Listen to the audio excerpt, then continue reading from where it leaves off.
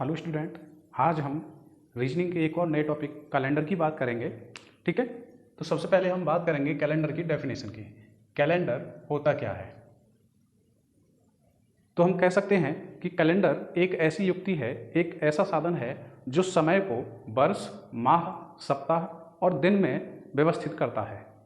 ठीक है, बड़े ही आसान शब्दों में हम ये कह सकते हैं। अब देखें, भारत में कई प्रकार के कैलेंडर प्रचलित हैं। ठीक है, जैसे पांचांग कैलेंडर हो गया, शक संवत कैलेंडर हो गया, विक्रमादित्य संवत कैलेंडर हो गया। ठीक है, लेकिन यहाँ हमारी परीक्षा में जो प्रश्न पूछा जाता है वह ग्रेगोरियन कैलेंडर से पूछा जाता है। ठीक है, तो हम इस वीडियो में ग्रेगोरियन कैलेंडर के प्रश्नों की बात करेंगे, ग्रेगोरियन कैलेंडर के बारे में पढ़ेंगे। ठीक है, तो देखें, ग्रेगोरियन कैलेंडर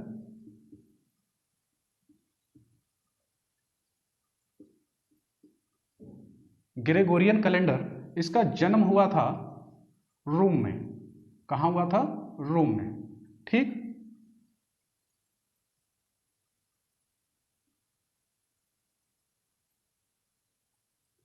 रोम में।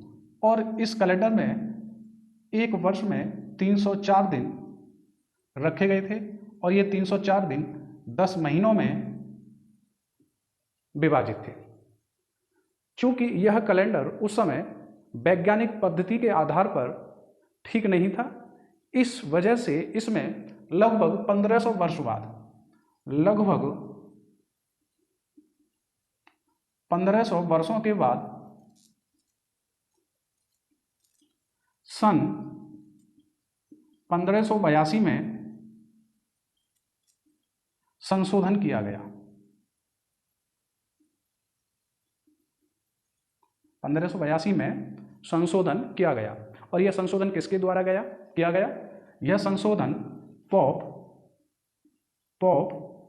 ग्रेगोरी द्वारा किया गया था। ये 13वें नंबर के पोप ग्रेगोरी थे।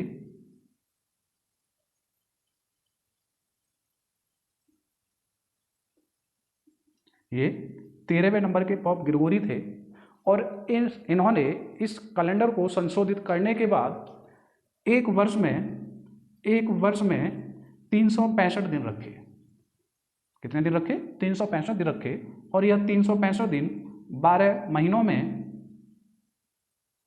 विभाजित किए। ठीक है, तो जो हमारा ग्रेगोरियन कैलेंडर है उसका जन्म हुआ था रोम में और उस समय वर्ष में 304 दिन हुआ करते थे और ये 304 दिन 10 महीनों में विभाजित थे। उसके लगभग 1500 वर्षों के बाद सन 1582 में इस कैलेंडर में संशोधन हुआ और संशोधन करने वाले व्यक्ति का नाम था पोप ग्रेगोरी। ठीक है, और इन्होंने इस कैलेंडर में जो एक साधारण वर्ष होता है उस वर्ष में 365 दिन रखे और उन 365 दिनों को 12 महीनों में विभाजित किया। ठीक है, जब ग्रेगोरी कैलेंडर को बना रहे थे, संशोधित कर रहे थे, तो उन्होंने कैलेंडर की सबसे पहली तारीख 1 जनवरी सन 1 को मंडे रखा। क्या रखा? मंडे रखा, सोमवार रखा। तो हम कह सकते हैं कि ग्रेगोरियन कैलेंडर का सबसे पहला दिन सोमवार था। ठीक है, जब ग्रेगोरियन कैलेंडर का सबसे पहला दिन सोमवार है तो दूसरा मंगलवार होगा, तीसरा बुधवार, चौथा दिन बृहस्पतिवार, पांचवा शुक्रवार, छठा शनिवार और सातवां या सबसे अंतिम दिन रविवार होगा। तो हम कह सकते हैं कैलेंडर का सबसे पहला दिन सोमवार है। या सप्ताह, वीक का सबसे पहला दिन कौन सा होता है? सोमवार होता है। क्लियर? आगे बढ़ते हैं। अब देखिए, जब कैलेंडर की बात होती है तो आपको भी पता है कि कैलेंडर में वर्ष होता है, माह होते हैं, सप्ताह होते हैं और दिन होते हैं। क्लियर है? तो अब हम वर्ष की बात करेंगे। वर्ष,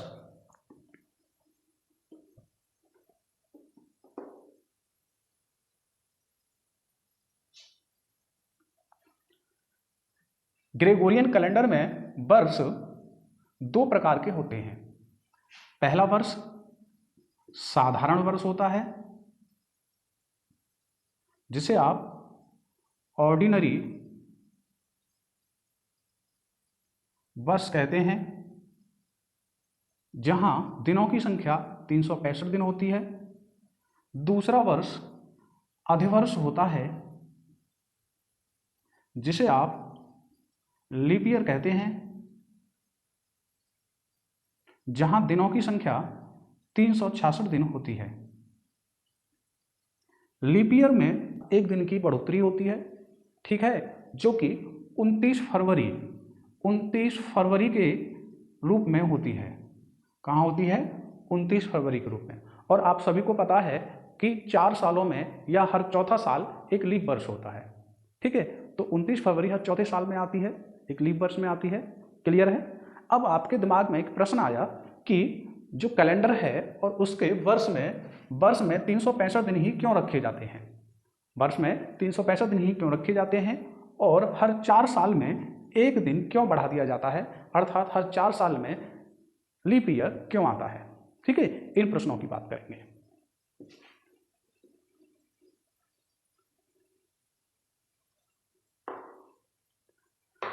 किसी भी ग्रह का कैलेंडर डिपेंड करता है उस ग्रह के सौर वर्ष पर, ठीक है।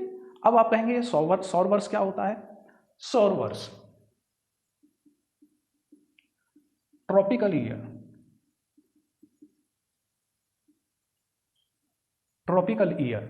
ठीक है। ट्रॉपिकल ईयर क्या होता है? किसी भी ग्रह का सौर वर्ष उस ग्रह द्वारा अपने तारे के एक चक्र लगाने में लिए गए समय की अवधि है, ठीक है।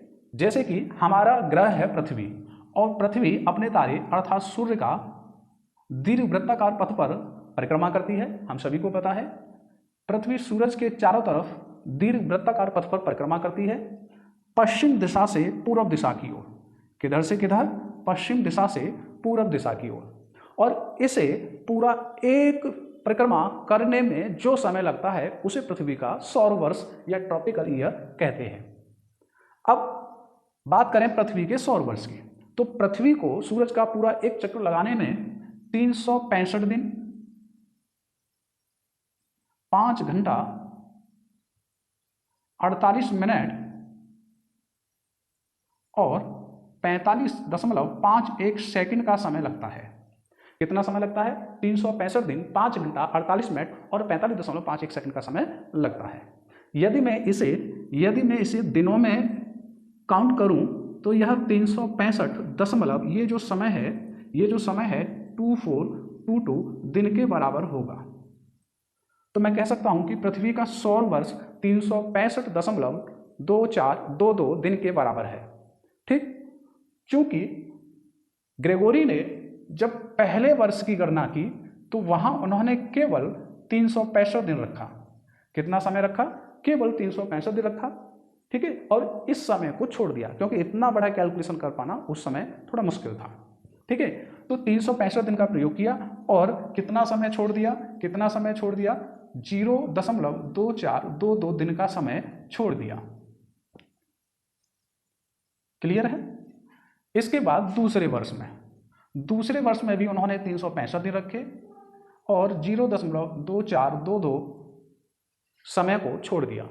तीसरे वर्ष में भी उन्होंने 365 दिन रखे और 0.2422 समय को छोड़ दिया।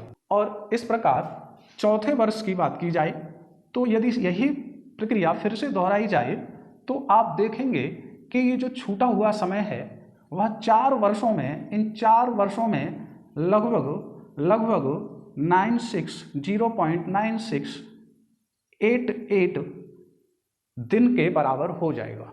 कितना हो जाएगा? 0.9688 के बराबर हो जाएगा। और यदि इसे लगभग 1 दिन के बराबर मान लिया जाए, कितना?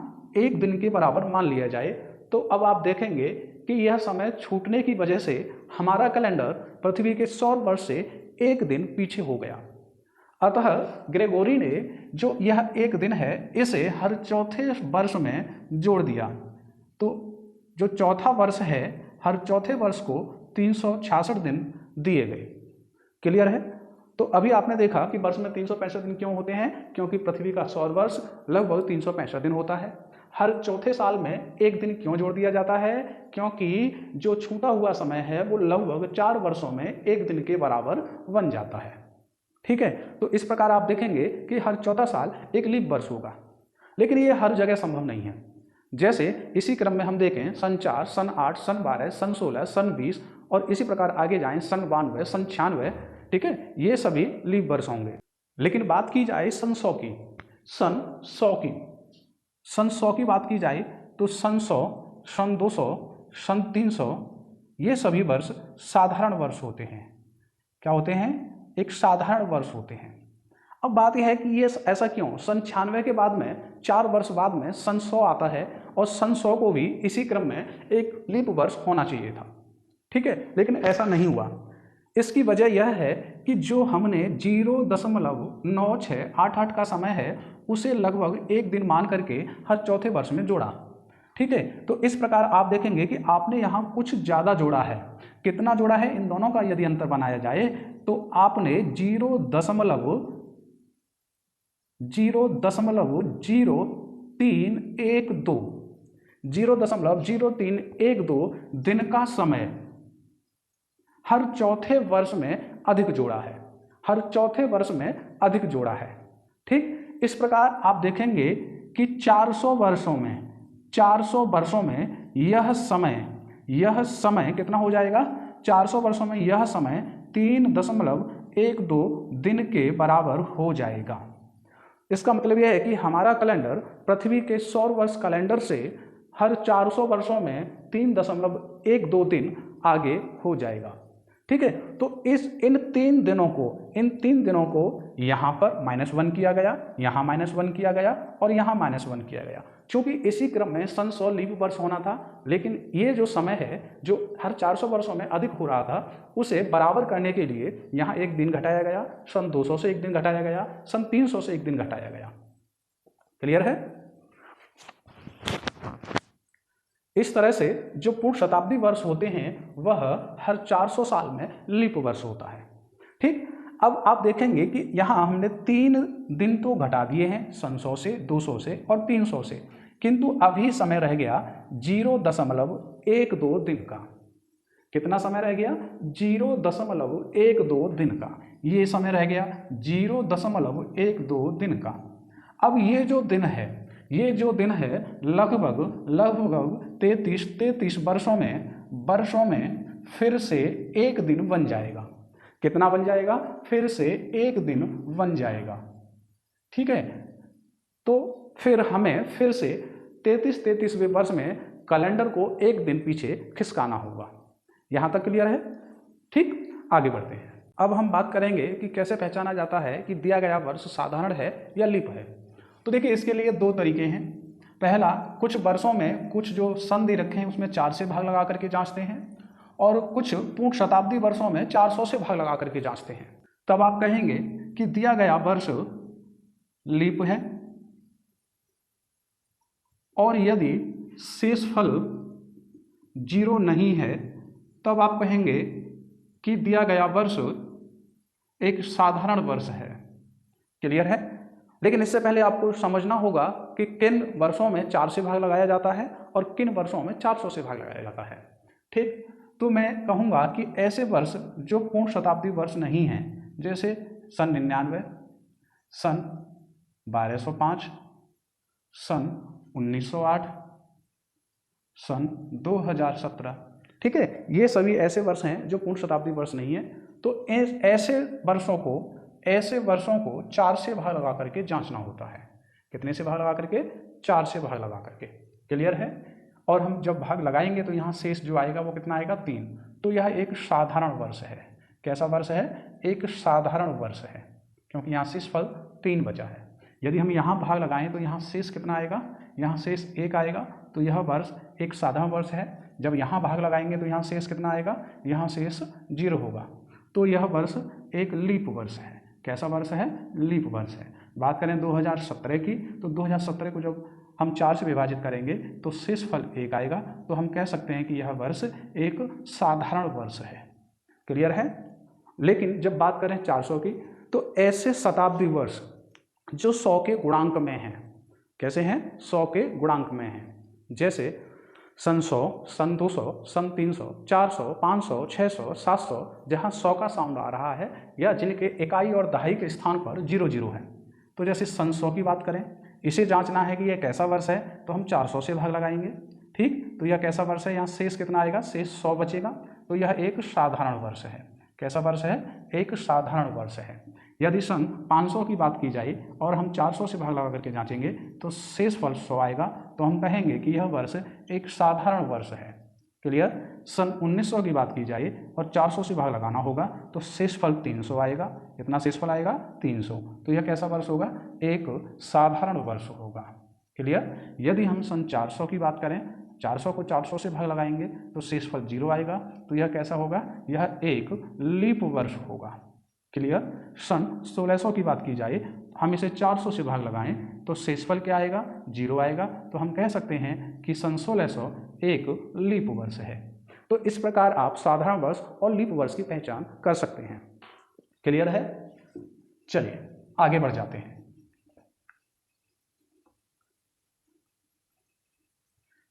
अब हम बात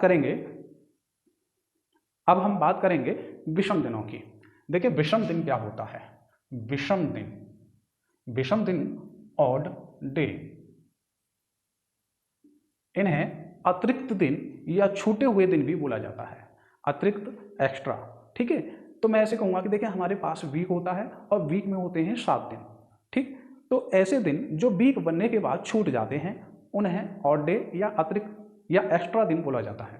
ठीक है। जैसे मान ले मेरे पास में एक 8 दिनों का समूह है, तो अब आप कहेंगे सर इसे 7 से डिवाइड करने पर तो यह एक वीक तो कंप्लीट हो जाएगा। भाई 7 दिन से एक वीक कंप्लीट हो गया, एक सप्ताह बन गया और एक दिन बचा। क्या बचा? एक दिन बचा।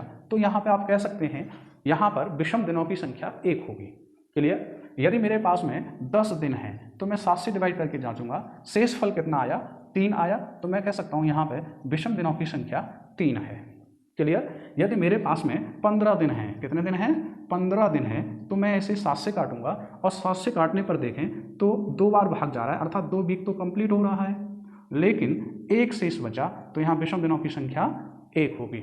इस प्रकार आप कितने भी दिनों से विषम दिन फाइंड कर सकते हैं। मान लो मेरे पास में 50 दिन हैं। कितने दिन हैं? 50 दिन। और हमें यहाँ विषम दिनों की संख्या फाइंड करनी है, तो हम 7 से डिवाइड करेंगे तो कहेंगे 7 7 49, 7 वीक कंप्लीट हो रहा है, 7 में एक दिन बच गया, तो यहाँ विषम दिनों की संख्या कितनी आई? 1 आई। तो इस तरह से हम विषम दिनों की संख्या फाइंड कर सकते हैं। अब देखें हमारे पास में वर्ष होते हैं। वर्ष 2 प्रकार के होते हैं, सभी को पता है। तो अब हम एक साधारण वर्ष में विषम दिनों की संख्या फाइंड करेंगे। क्लियर। एक साधारण वर्ष में दिनों की संख्या होती है 365 और हम इसे 7 से डिवाइड करेंगे तो देखेंगे कि 52 बार भाग जाएगा, अर्थात 52 वीक कंप्लीट हुए, साथ में एक दिन शेष बचा। तो हम कह सकते हैं कि एक साधारण वर्ष में विषम दिनों की संख्या 1 होती है। जबकि एक लीप वर्ष की बात की जाए तो लीप में होते हैं 366 दिन। जब हम इसे 7 से डिवाइड करेंगे तो देखेंगे कि 52 तो वीक कंप्लीट बन रहा है और साथ में 2 दिन बच गए, 2 दिन शेष बचे। तो हम कह सकते हैं कि यहाँ विषम दिनों की संख्या 2 होगी। तो आपको याद रखना है कि एक साधारण वर्ष में विषम दिनों की संख्या 1 होती है, जबकि लीप वर्ष में विषम दिनों की संख्या 2 होती है। क्लियर है। इस क्रम में हम देखेंगे यदि मान लो हमारे पास लगातार 10 वर्ष हैं। कितने वर्ष हैं? 10 वर्ष, लगातार 10 वर्ष, कोई से भी 10 वर्ष मान लेते हैं, माना सन 1 से सन 10 तक। ठीक। तो हमारे पास में कितने वर्ष हैं? 10 वर्ष हैं। तो आप भी जानते हैं इन 10 वर्षों में कुछ लीप वर्ष होंगे, कुछ साधारण वर्ष होंगे। ठीक है। और आपको यह भी पता है कि हर चौथे वर्ष में एक लीप वर्ष अवश्य होता है। क्लियर। तो यहाँ पर हमें विषम दिनों की संख्या फाइंड करनी है। इस प्रकार आप देखेंगे आपके पास में कुल मिलाकर के सन 1 से सन 2 तक दोनों ही वर्षों को शामिल करके कुल मिलाकर के 10 वर्ष हैं। तो इन 10 वर्षों में विषम दिनों की संख्या किस प्रकार फाइंड करेंगे? सबसे पहले हम बेसिक तरीके से फाइंड करेंगे और फिर उसके बाद एकदम शॉर्ट ट्रिक से फाइंड करेंगे। जैसे मैं सन 1 की बात करें, सन 1 में देखा जाए तो सन 1 एक साधारण वर्ष था। कैसा था? एक साधारण वर्ष था, अर्थात 365 दिन वाला था। ठीक। और यहाँ विषम दिनों की संख्या जो ऑड डे हैं उनकी संख्या 1 बची थी। यदि मैं सन 2 की बात करूं तो ये भी 365 दिन वाला था और विषम दिनों की संख्या 1 थी। सन 3 की बात करें तो ये भी 365 दिन वाला था और विषम दिनों की संख्या 1 थी। लेकिन जब सन 4 की बात आती है तो आप भी जानते हैं कि सन 4 एक लीप वर्ष था, 366 दिन वाला था और यहाँ विषम दिनों की संख्या एक अधिक होगी, साधारण वर्ष की अपेक्षा एक अधिक होगी। कितना होगी? 2 होगी। अभी मैंने इसे 1+1 रखा है। ठीक है, आगे बढ़ते हैं। सन 5 की बात की जाए तो ये 365 दिन वाला वर्ष होगा और यहाँ विषम दिनों की संख्या 1 होगी। क्लियर? छठे वर्ष की बात की जाए तो ये भी 365 दिन वाला वर्ष होगा और यहाँ विषम दिनों की संख्या 1 होगी। 7 ये भी सेम रहेगा। 8 की बात की जाए तो आपको भी पता है कि जो सन 8 है वह एक लीप वर्ष होता है और यहाँ विषम दिनों की संख्या 1 बढ़ जाएगी अर्थात 2 होगी। सन 9 की बात की जाए तो ये 365 दिन वाला समय होता है और विषम दिनों की संख्या 1 होगी। सन 10 की बात की जाए तो ये 365 दिन वाला वर्ष होता है और यहाँ विषम दिनों की संख्या 1 होगी। इस तरह से आप कुल मिलाकर के देखेंगे तो इन 10 वर्षों में टोटल देखेंगे तो इन 10 वर्षों में विषम दिनों की संख्या 10 एक करके और साथ में ये जो बड़े हैं 1+1 यानी कि 2 दिन, तो कुल मिलाकर के विषम दिनों की संख्या 12 और 7 से डिवाइड करने पर देखेंगे तो विषम दिनों की संख्या 5 आएगी। इस तरह से आप कह सकते हैं कि लगातार 10 वर्षों में विषम दिनों की संख्या 5 होती है। तो ये जो है इतना बड़ा एक बेसिक तरीका था। अब हम बड़ी ही जल्दी से मात्र 2 सेकंड में फाइंड करेंगे कि विषम दिनों की संख्या क्या होगी 10 वर्षों में। तो मैं कहूँगा कि ये जो 10 वर्ष हैं इन सभी को यदि साधारण मान लिया जाए तो सभी में एक दिन तो होगा ही। तो कुल मिलाकर के इन 10 वर्षों में साधारण के हिसाब से 10 विषम दिन होंगे, लेकिन ऐसा कभी भी संभव नहीं है कि 4 से ज़्यादा वर्ष हों या 4 हों और उनमें कोई एक लीप वर्ष ना हो। तो हम जांचेंगे कि इन 10 वर्षों में कितने लीप वर्ष होंगे। तो जांच के लिए हमें इसे 4 से विभाजित करना होगा और भागफल देखना होगा कि कितना भागफल है। तो आप कहेंगे कि सर यहाँ दो लीप वर्ष होंगे, 1 से 10 तक कुल मिलाकर के सन 4 और सन 8 2 लीप वर्ष होंगे, जिसकी वजह से ये 2 दिन बढ़ जाएंगे। तो कुल मिलाकर के विषम दिनों की संख्या 12, 7 से डिवाइड करेंगे तो 5। तो इस तरह से हम बड़े ही आसान तरीके से जल्दी से फाइंड कर सकते हैं कितने भी समय में विषम दिनों की संख्या। जैसे मान लो हमें फाइंड करना है सन 1 से 50 तक, सन 1 से 50 तक कुल मिलाकर के कितने वर्ष हो गए? 50 वर्ष। इन 50 वर्षों में हमें फाइंड करना है कि विषम दिनों की संख्या क्या होगी। ठीक है, तो हम बड़ी जल्दी से एकदम जल्दी से बना देंगे कि 50 में 50 तो होगा ही, साथ में इन 50 वर्षों में विषम दिनों, इन 50 वर्षों में कितने लीप वर्ष होंगे। तो आप देखेंगे इस 50 दिनों में 12 लीप वर्ष होंगे, तो कुल मिलाकर के 62 और 7 से इसे सॉल्व करेंगे तो कुल मिलाकर के विषम दिनों की संख्या 6 आएगी। तो यहाँ विषम दिनों की संख्या कितनी आएगी? 6 आएगी। तो इस प्रकार आप किसी भी वर्षों में, कितने भी वर्षों में विषम दिनों की संख्या बड़ी आसानी से फाइंड कर सकते हैं। क्लियर है? अब यदि मान लो हमें 100 वर्षों में विषम दिनों की संख्या फाइंड करनी है, ठीक, तो सन 1 से सन 100 तक हम विषम दिनों की संख्या फाइंड करेंगे। कहाँ से कहाँ तक? सन 1 से सन 100 तक कुल मिलाकर के 100 वर्ष हुए। कितना वर्ष हुआ? कुल मिलाकर के 100 वर्ष हुए। लेकिन आपको ध्यान देना होगा कि यहाँ पर जो सबसे अंतिम वर्ष है वो 100 है और ऐसे पूर्ण शताब्दी वर्ष को जांचने के लिए कि यह साधारण है या लीप है, हमें 4 से भाग लगाना होगा, हमें 400 से भाग लगाना होगा, न कि 4 से।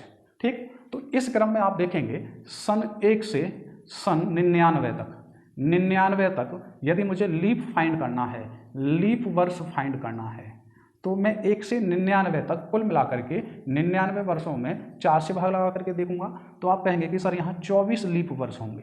कितना लीप वर्ष होगा? 24। और सबसे अंतिम बचा 100वां साल, और 100वें वर्ष के बारे में आपको पता है कि यह एक साधारण वर्ष होता है। कैसा वर्ष होता है? एक साधारण वर्ष होता है। तो इस तरह से हम कह सकते हैं कि इन 100 वर्षों में विषम दिनों की संख्या 100 में 100 तो होगी ही, साथ में 24 लीप वर्ष होंगे, जिसकी वजह से 24 दिन बढ़ जाएंगे। सभी का टोटल बनाने पर 124 और 7 से डिवाइड करने पर आप देखेंगे तो यहाँ विषम दिनों की संख्या 5 बनेगी। कितना बनेगी? 5। तो आप कह सकते हैं कि 100 वर्षों में विषम दिनों की संख्या 5 होती है। क्लियर है? इसी प्रकार अब हम सन 1 से सन 200 तक कुल मिलाकर के 200 वर्षों में विषम दिनों की संख्या फाइंड करेंगे। कहाँ से कहाँ तक? सन 1 से सन 200 तक। ठीक, कुल मिलाकर के 200 वर्ष हैं, लेकिन आपको यहाँ इस बात का ध्यान रखना है कि ये जो 200वां वर्ष है वह एक साधारण वर्ष होता है। यदि यह लीप वर्ष हुआ, यहाँ कोई एक ऐसा वर्ष आ जाए जो कि लीप वर्ष है, तो उसके लिए हमें 1 दिन बढ़ा देना होगा। क्लियर। तो इस 200 को मैं इस तरह से तोड़ सकता हूं कि पहले 100 वर्ष और फिर सन 101 से 200 तक दूसरे 100 वर्ष। और अभी आपने कैलकुलेशन किया कि 100 वर्षों में विषम दिनों की संख्या 5 होती है, तो अगले 100 वर्षों में विषम दिनों की संख्या 5, कुल मिलाकर के 10 और 7 से डिवाइड करने पर 3 होगा। तो आप कह सकते हैं कि 200 वर्षों में विषम दिनों की संख्या 3 होती है। तो इस तरह से आप कहेंगे कि जो 200 का कोड है, जो 200 का कोड है वह 3 होता है। कितना होता है? वह 3 होता है। क्लियर है। नेक्स्ट यदि हम 300 वर्षों की बात करें, कितने वर्षों की?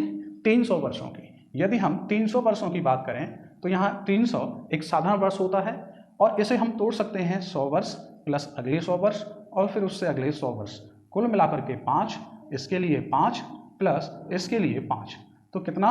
15 और 7 से डिवाइड करेंगे तो यहाँ विषम दिनों की संख्या 1 होगी। तो इस तरह से हम 300 का कोड 1 बना सकते हैं। कितना बना सकते हैं? 1। और यही कैलकुलेशन यदि 400 वर्षों के लिए की जाए, कितने वर्षों के लिए?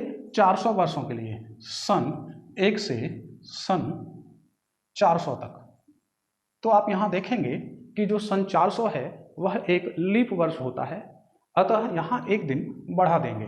तो इस 400 को, इन 400 वर्षों को हम कुछ इस प्रकार से तोड़ेंगे कि सन 100 प्लस सन 100 प्लस सन 100 प्लस अंतिम सन 100, जिसमें एक 400 शामिल होगा। इस बात का हमें ध्यान रखना है। तो इस तरह से यहाँ विषम दिनों की संख्या 5 और यहाँ विषम दिनों की संख्या 5, लेकिन सन 400वां जो वर्ष है वह अपने आप में लीप वर्ष होता है। इस वजह से यहाँ विषम दिनों की संख्या 1 और बढ़ जाएगी। सभी का टोटल बनाएंगे 21 और 7 से डिवाइड करेंगे तो 0। कितना? 0। तो हम कह सकते हैं कि लगातार 400 वर्षों में विषम दिनों की संख्या 0 होती है। ठीक है। अब देखिए यहाँ पर 400 वर्षों में विषम दिनों की संख्या फाइंड की हमने 0, और आगे भी इसी क्रम में यदि हम देखें, जहां जहां 400 के मल्टीपल वाली संख्याएं प्राप्त होंगी वहां वहां उन संख्याओं का कोड 0 होगा। जैसे सन 400 का कोड 0 हुआ, सन 800 का कोड 0 होगा, सन 1200 का कोड 0 होगा, सन 1600 का कोड भी 0 ही होगा। ठीक, जहां जहां 400 का भाग जाएगा उन सभी संख्याओं का कोड 0 होगा। लेकिन आप देखेंगे इसी क्रम में यदि मैं आगे बनाए, जैसे सन 500 की बात करें कि 500 का कोड क्या आएगा, सन 500 का कोड क्या होगा, तो इसे हम किस प्रकार से फाइंड करेंगे? तो इस 500 को, जहां हमें 0 मिला है 400 से विभाजित करके केवल शेषफल फाइंड करेंगे। तो शेषफल कितना होगा? 100, और 100 के लिए कोड कितना है? 5। तो हम कह सकते हैं कि सन 500 या 500 वर्षों में विषम दिनों की संख्या 5 होती है, या 500 का कोड 5 होता है। क्लियर है। इसी क्रम में यदि 600 की बात की जाए तो 400 से भाग लगाने के बाद देखेंगे शेष कितना बचा? 200, और 200 का कोड कितना होता है? 3। तो 200 का कोड 3 होता है, तो हम कह सकते हैं कि 600 का कोड 3 होगा। और 700 की बात की जाए तो 700 को भी हम 400 से भाग लगा करके जांच लेंगे। ठीक, तो शेष कितना बचेगा? 300, और 300 का कोड क्या होता है? 1। तो 700 का कोड क्या बन गया? 1। तो इस प्रकार आप किसी भी संख्या का कोड बड़ी आसानी से बना सकते हैं। ये आपको याद करने की आवश्यकता नहीं है, आप बड़ी ही आसानी से इन्हें मौखिक भी बना सकते हैं। ठीक है। जैसे यदि मैं इसी क्रम में सन 1700, 1800 या 1900 का कोड फाइंड करना चाहता हूँ, ठीक है, अभी हम बनाएंगे सन 1700 का कोड। 1600 का अभी हमने 0 लिखा था, सन 1700 का कोड बनाएंगे। ठीक, तो 1700 को कितने से भाग लगाएंगे? 400 से, क्योंकि 400 पे कोड क्या होता है? 0 होता है। ठीक है, तो 1700 की बात करेंगे तो सन 1700 को 400 से विभाजित करने के बाद देखेंगे तो यहाँ 100 शेष बचेगा, और 100 का कोड 5 होता है। तो 1700 का कोड कितना होगा? 1700 का कोड कितना होगा? 5 होगा। सन 1800 की बात की जाए तो 1800 को भी 400 से भाग लगा करके शेषफल देखेंगे, 400 से भाग लगा करके शेषफल देखेंगे तो शेषफल 200 आया, और 200 का कोड कितना होता है? 3। तो 1800 का कोड कितना बना? 3। नेक्स्ट, यदि 1900 का कोड बनाना है आपको तो 400 से भाग लगाएंगे। ठीक, तो कितना शेष बचा? 300, और 300 का कोड क्या होता है? 1। ठीक, तो 1900 का कोड क्या आ जाएगा? 1, और 2000 का कोड 400 के मल्टीपल वाली संख्या है, तो आप कह सकते हैं 0 होगा। इस प्रकार आप कह सकते हैं कि देखिए जो भी कोड बन करके आए वो सभी 5310, 5310, 5310 बन करके आए, अर्थात यह 4 डिजिट ही आपको मिलेंगे, इसके अलावा और कोई डिजिट यहाँ पर नहीं मिलेगा। क्लियर। तो इस प्रकार ये जो भी कोड आए इन्हें हम ईयर कोड बोल सकते हैं, इन्हें हम ईयर कोड बोल सकते हैं। ये क्या है? ईयर कोड है। ऐसे भी कह सकते हैं कि यह 100 वर्षों के बाद 5 विषम दिन था, 200 वर्षों के बाद 3 विषम दिन बचे, इसी प्रकार 1700 वर्षों के बाद 5 विषम दिन बचे, 1800 वर्षों के बाद 3 विषम दिन बचे, 1900 वर्षों के बाद 1 विषम दिन बचा और 2000 के बाद कोई भी विषम दिन नहीं बचा। आप चाहे इन्हें विषम दिन कहें, चाहे तो आप इन्हें ईयर कोड कहें। ठीक है, अब हम बात करेंगे मंथ कोड की। देखिए यहाँ पे मंथ कोड लिखे हुए हैं, जैसे जनवरी माह के लिए 0 का प्रयोग करना है, फरवरी माह के लिए 3 का प्रयोग करना है, मार्च माह के लिए 3 का, अप्रैल माह के लिए 6 का, मई माह के लिए 1, जून 4, जुलाई 6, अगस्त 2, सितंबर 5, अक्टूबर 0, नवंबर 3 और दिसंबर का कोड 5 होगा। ठीक है, अब बात करेंगे कि ये कहाँ से आए। क्लियर है? देखिए जब कैलेंडर की शुरुआत हुई थी 1 जनवरी सन 1 से, तो उसी तारीख सन 1 से आप देखें तो उससे पहले कोई भी विषम दिन नहीं था, अर्थात जनवरी माह की शुरुआत में कोई भी विषम दिन नहीं था। तो हम कह सकते हैं कि जो जनवरी है, जनवरी का कोड, जनवरी में पहले से जो भी विषम दिन है उनकी संख्या 0 है। तो मैं कह सकता हूं कि यहाँ जनवरी का जो कोड है, जो विषम दिनों की संख्या थी शुरुआत में, ठीक है, वह 0 थी। चूंकि जनवरी जैसे ही 31 तारीख हुआ, जनवरी में जैसे ही 31 दिन व्यतीत हुए, तो इन 31 दिन में 7 से डिवाइड करके देखेंगे तो यहाँ पर आप देखेंगे तो 3 विषम दिन बचे। जनवरी के शुरुआत में 0 विषम दिन था, लेकिन 31 दिन जनवरी में होते हैं, इस वजह से यहाँ कितने विषम दिन बचे? 3। तो पहले शुरुआत में कितना था और अब कितना बचा? अभी 3 बचा है, शुरुआत में 0 था, तो कुल मिलाकर के 3। और ये किसको मिल जाएगा? फरवरी की शुरुआत में। तो फरवरी की बात की जाए, फरवरी की बात की जाए तो फरवरी को 3 विषम दिन मिला। क्लियर है? कैसे? जनवरी को शुरुआत में कुछ नहीं मिला था, 0 था, लेकिन जनवरी में 31 दिन होते हैं। कितने दिन होते हैं? 31 दिन होते हैं, जिसकी वजह से यहाँ 3 विषम दिन छूटे और 0 पहले से था। कुल मिलाकर के 3 विषम दिन किसे मिला? फरवरी को। तो फरवरी का कोड क्या हो गया? 3। अब मैं एक साधारण वर्ष की बात करूं तो फरवरी 28 दिनों का होता है, और इन 28 दिनों की बात की जाए तो यहाँ विषम दिनों की संख्या 0 होगी। ठीक है, तो फरवरी के अंत में 28 दिनों की वजह से 0 विषम दिन और साथ में 3 पहले से थे, तो कुल मिलाकर के देखा जाए तो 3 विषम दिन। कितने विषम दिन? 3। तो फरवरी के लास्ट में 3 विषम दिन बचे, जो कि मार्च के शुरुआत में अर्थात मार्च को मिला। तो मार्च के लिए विषम दिनों की संख्या कौन सी होगी? 3 होगी। चूंकि मार्च में 31 दिन होते हैं, 7 से डिवाइड करने के बाद देखेंगे तो 3 विषम दिन बचे। कितने दिन बचे? 3 विषम दिन बचे। और साथ में आप देखेंगे मार्च में शुरुआत में 3 विषम दिन और थे, तो सभी को जोड़ा जाए तो यहाँ विषम दिनों की संख्या 6 हो गई, जो कि अप्रैल को मिलेगा। तो अप्रैल में विषम दिनों की संख्या 6 होती है। और चूंकि अप्रैल में 30 दिन होते हैं, 7 से डिवाइड करने पर विषम दिनों की संख्या 2 मिली। और चूंकि अप्रैल में शुरुआत में 6 विषम दिन थे, तो इन्हें जोड़ने पर हमें विषम दिनों की संख्या 8 मिली। 7 से डिवाइड करने पर विषम दिनों की संख्या 1 होगी। तो जो अप्रैल के बाद में विषम दिनों की संख्या 1 मिली, वह मई के लिए विषम दिनों की संख्या होगी। तो मई का कोड कितना आया? 1 आया। और मई की बात करें तो मई में 31 दिन होते हैं, तो यहाँ 31 से विषम दिनों की संख्या 3 आई। चूंकि मई में पहले से 1 विषम दिन है, अतः इन्हें जोड़ने पर देखा जाए तो यहाँ विषम दिनों की संख्या 4 आई। और ये 4 जो विषम संख्या है वो किसे मिलेगी? जून को। ठीक, तो जून में विषम दिनों की संख्या 4 आई। चूंकि जून में विषम दिनों की संख्या 4 है और जून में 30 दिन होते हैं, तो 7 से डिवाइड करके देखेंगे तो यहाँ विषम दिनों की संख्या अभी 2 और आई, 4 पहले से थी, दोनों को जोड़ेंगे, कुल मिलाकर के 6 विषम दिन। तो जून के बाद जुलाई, तो जुलाई को कितना विषम दिन मिला? जुलाई के लिए विषम दिनों की संख्या 6 हो गई। ठीक, और चूंकि जुलाई में 31 दिन होते हैं और 31 को डिवाइड करने के बाद आप देखेंगे तो 7 से काट करके 3 विषम दिन आए और 6 पहले से हैं, कुल मिलाकर के 9, और 9 को 7 से काट के फिर से, तो विषम दिनों की संख्या कितनी आई? 2 आई, जो कि अगस्त के लिए रहेगी। तो अगस्त में विषम दिनों की संख्या 2 होगी। क्योंकि अगस्त 31 दिनों का होता है, तो 7 से डिवाइड करने पर 3 और आए, 2 पहले से थे, कुल मिलाकर के टोटल 5 हो गया। तो यहाँ आप देखेंगे विषम दिनों की संख्या 5 आई, जो कि अगस्त के अंत में है। तो किसे मिलेगा? सितंबर को।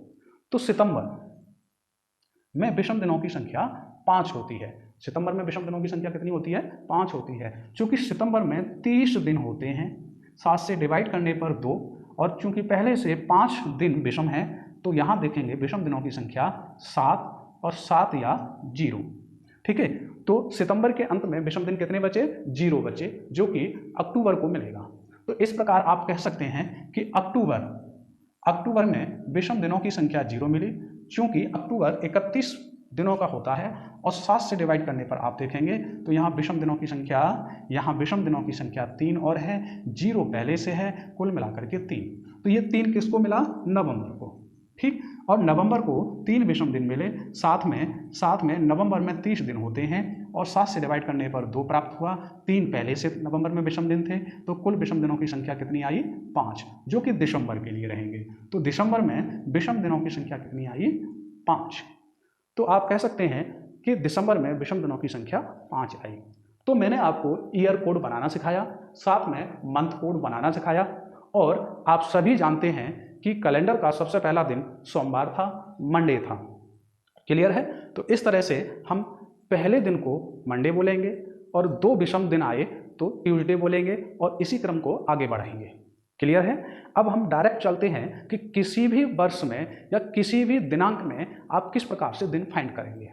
ठीक है, अब हम सीखेंगे कि किसी भी दिनांक में दिन कैसे ज्ञात किया जाता है। ठीक है, जैसे मान लो हमारे पास कोई डेट है, मैंने लिखा 5 अगस्त सन 2001 को कौन सा दिन था। अभी आप देखेंगे कि ये दिनांक है, ये मंथ है और ये वर्ष है। सबसे पहले आपको समझना होगा कि आपको यह देखना है कि अभी तक जो डेट लिखा हुआ है वहाँ तक कितने वर्ष कंप्लीट हुए हैं।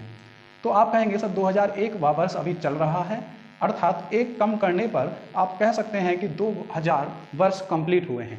कितने वर्ष कंप्लीट हुए हैं? 2000 वर्ष।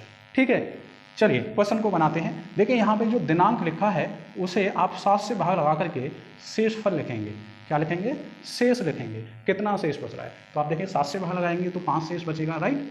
अब ये है मंथ के लिए हमेशा कोड का प्रयोग किया जाता है, मंथ कोड का प्रयोग। ठीक, तो अगस्त का कोड कितना है? अगस्त का कोड कितना है? 2 है, तो इसके लिए हम 2 लगाएंगे। साथ में आप देखेंगे 2000 वर्षों के लिए जो कोड है उसका प्रयोग करेंगे। तो 2000 का कोड कितना है? 0 है। सभी को जोड़ेंगे तो 5 और 2 7 हो गया, 5 और 2 7 हो गया, अर्थात एक सप्ताह बन गया। तो आप कह सकते हैं यहाँ विषम दिनों की संख्या 0 होगी। और जब भी विषम दिनों की संख्या 0 आती है तो आप रविवार कहेंगे, 1 आता है तो सोमवार, 2 के लिए मंगलवार, 3 के लिए बुधवार, आगे भी इसी क्रम में। तो इस दिनांक को 5 अगस्त सन 2001 को क्या था? रविवार, संडे। क्लियर है? तो आपको सभी प्रश्नों में एक कम करके जांचना है कि कितने वर्ष कंप्लीट हुए हैं और फिर उस वर्ष का कोड प्रयोग करना है। क्लियर? एक प्रश्न और बना लेते हैं। जैसे दिन दे रखा है, डेट है 5 फरवरी सन 2007 को कौन सा दिन था। हम 5 फरवरी सन 2007 की बात करेंगे। ठीक, तो 5 के लिए क्या लिखेंगे? 5 आ जाएगा, 7 से बाहर लगा करके शेष पर लिखना है। ठीक, फरवरी का कोड देखेंगे, फरवरी का कोड 3 होता है। ठीक है, और यहाँ एक माइनस करके जांचेंगे कितना वर्ष कंप्लीट हुआ है? 2006। अब देखिए इस 2006 को हम थोड़ा सा इधर कैलकुलेट करते हैं, फिर उसके बाद मौखिक करेंगे। 2006 को मैं 2000 + 6 लिख सकता हूँ, क्योंकि 2000 का कोड मेरे पास है। तो मैं कहूँगा कि 2000 का कोड 0 हुआ, जबकि इन 6 वर्षों में विषम दिनों की संख्या क्या होगी। तो इन 6 वर्षों में विषम दिनों की संख्या फाइंड करने के लिए 6 वर्षों में 6 होगा, साथ में यहाँ कितने लीप वर्ष होंगे उतने दिन बढ़ जाएंगे। तो 6 वर्षों में केवल और केवल 1 लीप वर्ष होगा, सन 4। ठीक है, तो यहाँ कुल मिलाकर के विषम दिनों की संख्या 7 होगी। ठीक, तो मैं यहाँ पर लिख सकता हूँ 7। अब देखिए 7 में तो सभी सप्ताह हो गए। अब ये 5 और 3 8 से आप देखेंगे 7 से डिवाइड करके तो विषम दिनों की संख्या 1 आई, और एक के लिए हम लिखेंगे मंडे। तो इस तरह से बड़ी ही आसानी से हम किसी भी दिनांक में दिन बना सकते हैं। किसी भी दिनांक में हम कोई भी दिन बड़े आराम से बना सकते हैं। क्लियर है? एक और प्रश्न लिख लेते हैं। जैसे प्रश्न है 18 अगस्त सन 2019 को कौन सा दिन था। 18 अगस्त सन 2019 को हमें दिन फाइंड करना है। क्लियर? 18 है, 7 से डिवाइड करके लिखेंगे, 7 दूनी 14, 4 शेष बचा। अगस्त है, अगस्त का कोड आप देखेंगे तो 2 दे रखा है। ठीक, अब 1 माइनस करेंगे, कितना बचा? 2018। तो 2000 का कोड यहाँ 0 होगा, साथ में ये 18 वर्ष हैं, तो 18 वर्षों में आप किस तरह से फाइंड करेंगे, 18 में 18 होगा, साथ में यहाँ पर कितने लीप वर्ष होंगे, 4 लीप वर्ष होंगे। आप इस 18 को 4 से विभाजित करके देख सकते हैं कितना लीप वर्ष होगा, 4 लीप वर्ष होगा। तो मैं इसे कुछ इस तरह से लिख सकता हूँ कि इन 18 में 18 तो विषम दिन होंगे ही, साथ में इन 18 में 4 लीप वर्ष और होंगे। तो इस वाले नंबरों को मैं इस तरह से यहाँ लिख सकता हूँ, तो आपको यहाँ पर इस तरह से करने की आवश्यकता नहीं है। ठीक, अब देखें, मैं इसे 7 से डिवाइड करूँगा, तो 4 और 2 6 हो गया, 6 और 4 10 और 8 28 हो गया। कितना हो गया, 28। 7 से डिवाइड करेंगे तो क्या आएगा, 0, और 0 के लिए हम हमेशा संडे लिखते हैं, तो इस दिनांक में क्या दिन होगा, संडे होगा। क्लियर है। तो इस तरह से हम बड़े ही आराम से प्रश्नों को बना सकते हैं। एक प्रश्न और बना लेते हैं, जैसे 24/11 सन 1935 को कौन सा दिन था। 24 नवंबर सन 1935 को कौन सा दिन था। सेम इसी तरह से बनाना है, बस थोड़ा सा अंतर यह है कि यहाँ 1900 दे रखा है, तो हमें 1900 का कोड 1 का प्रयोग करना है। क्लियर, बिल्कुल ऐसे ही बनाना है, सेम ऐसे ही। 7 से डिवाइड करेंगे, 7 के 21, 3 शेष बचा। नवंबर का कोड 3 है, तो आप यहाँ 3 का प्रयोग करेंगे। साथ में 1900 का कोड 1 है, और 1 माइनस करते हैं, कितना बचा, 34। और इन 34 वर्षों में कितना लीप ईयर होगा, ठीक है, तो हम फाइंड करेंगे 8 लीप वर्ष होंगे। कितने लीप वर्ष होंगे, 8 लीप वर्ष होंगे।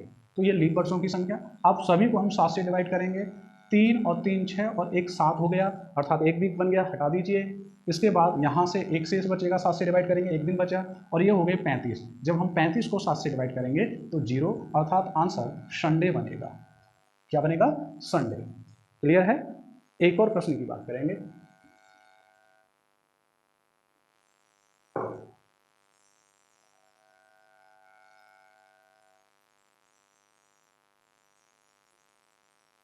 तेरह 7 सन 1809 को कौन सा दिन था।